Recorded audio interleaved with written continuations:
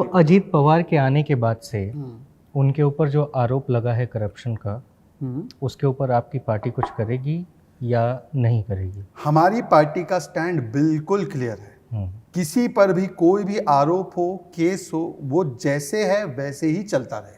लेकिन उसको उप मुख्यमंत्री बना देंगे। नहीं, उसमें आपको वो आएगा तो उसके बाद उसके 8-9 लोगों को मंत्री बना देंगे। हाँ, मैं बताता हूँ। और केस चलता बताता हूँ। दिलीप वलसे पाटिल है जो हमारे साथ आए एनसीपी में, उनके ऊपर कौन सा केस है? ईडी से ही सब मैनिपुलेट हो रहा है। ये बड़ा लेजी एनालिसिस विपक्ष का। ईडी से सबको आप जो है टाइट कर रहे हैं। भाई बताइए ना, दिलीप वलसे पाटिल पे कौन सा केस है? बंसोड़े आए, दलित नेता है, कौन सा केस है उन पे? तटकरे जी आए, अदिति तटकरे, उनकी एकमात्र महिला नेता, उनके ऊपर कौन सा केस है? और जयंत पाटिल जो आज भी शरद जी के साथ है, उन पर आईएलएफएस का केस है, वो क्यों नहीं आए? तो ये लेजी एनालिसिस है। दूसरी बात, आपके यहां होते हैं तो ये चमत्कारी रहते हैं। आप उनको नेता प्रतिपक्ष बना दो पूरे गठबंधन का। हमारे यहाँ आए तो भ्रष्टाचारी हो जाते हैं। ये ओवरनाइट कैसे होता है? चमत्कारी टू भ्रष्टाचारी। भ्रष्टाचारी आपके यहाँ कहाँ होते हैं? आपके यहाँ आके तो वॉशिंग मशीन में धुल जाते हैं। मुझे एक बात बताइए, लिस्ट दूं? हाँ, मैं लिस्ट, मुझे पता है ये सारे लोग रोज 5 से लेकर 10 बजे तक यही लिस्ट सुनाते हैं। नहीं, मैं अलग तरह का डेटा बना के आऊंगा, थोड़ा सा मेहनत चलिए आप कोट कीजिए इसमें, पर मैं आपसे उससे पहले एक सवाल पूछता हूँ। एक केस तो बताइए जो बंद हुआ हो। किसी के, आप कह रहे हैं ना आने के बाद केसेस बंद हो जाते हैं, यहाँ उनको क्लीन चिट मिल जाती है। क्लीन चिट मिल जाती है। एक उदाहरण बताइए जिसका मैं बता देता हूँ। स्पेसिफिक उदाहरण। प्रवीण डारेकर महाराष्ट्र में 2009 से 2014 तक मनसे के विधायक रहे। उसके बाद 2015 में मुंबई कोऑपरेटिव बैंक में 200 करोड़ का घोटाला उनके नाम पे आया। ठीक, 2016 में बीजेपी में शामिल हुए, विधान परिषद गए।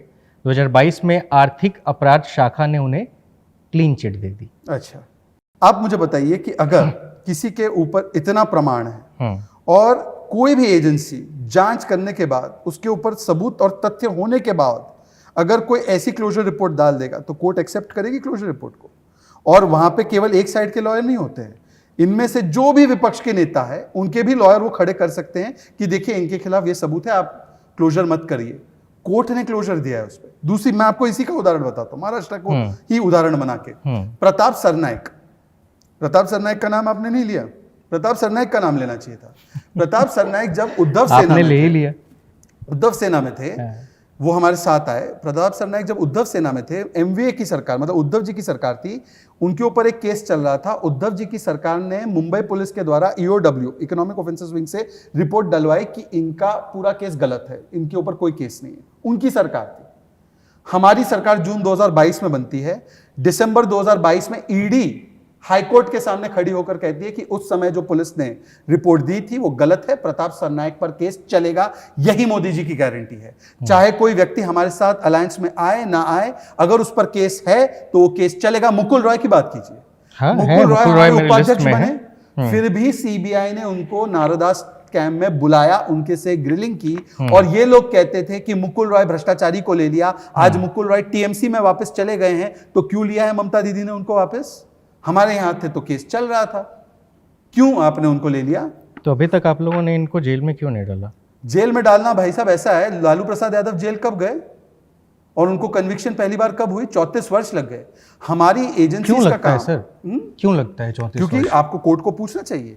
एजेंसी जब चार्जशीट फाइल कर देती है उसके बाद तो मामला केवल कोर्ट का होता है। क्योंकि आप वकील हैं। हाँ, मैं आपको बता रहा हूँ ना। और मुझे खुशी होगी कि आप बताएं कि वो कौन से ऐसे कानून, ऐसी चीजें होती हैं या फिर कुछ ऐसा जिसकी वजह से किसी के ऊपर जो भी उनके गलतियां की गई हैं उसकी सजा तय करने में इतने साल लग जाते हैं। अनिल जी, मैं तो आपके साथ ही हूँ इस विषय में। आपका जब ये थोड़ा सा प्रोग्राम चल पड़ेगा तो हमारे देश के सबसे बुद्धिजीवी जो हमारे लोग हैं, जो कुछ सर्विंग जजेस है और कुछ रिटायर्ड है, दोनों ही कैटेगरी के लोग अच्छा मीडिया से बोलते भी हैं, उनको जरूर बुलाकर पूछना कि तीस्ता सेतलवाद को एक दिन में 2-2 हियरिंग तो मिल जाती है, पर लालू जी और जो भ्रष्टाचारी होते हैं उनके केस को 34 वर्ष कैसे लग जाते हैं, जबकि एजेंसी ने चार्जशीट फाइल कर दी। क्योंकि ये बात आप बहुत सही कह रहे हैं। और ये जरूरी भी है, लेकिन मेन क्या है कि आप भी सरकार में है, आप जानते होंगे कि चीजें क्या है। जुडिशरी की सीमा जहां शुरू होती है वहां पर लेजिस्लेचर और एग्जीक्यूटिव की सीमा समाप्त होती है। यदि आप कह रहे हैं कि कोई जज कितना समय एक केस पे क्यों लगाता है, इसका जवाब मैं एज ए राजनीतिक प्रवक्ता कतई नहीं दे सकता, क्योंकि हमारी देश की इंडिपेंडेंट जुडिशरी है। पर मैं ये जरूर कह सकता हूं कि आप देखिए ट्रैक रिकॉर्ड, ईडी के ट्रैक रिकॉर्ड के बारे में बहुत चीजें बोली जाती। ईडी के जो 25 केसेस ट्रायल में गए, चार्जशीट फाइल हो गई, ट्रायल में गए, उसमें से 24 केस में ईडी ने कन्विक्शन करवाया। 97% कन्विक्शन रेट है।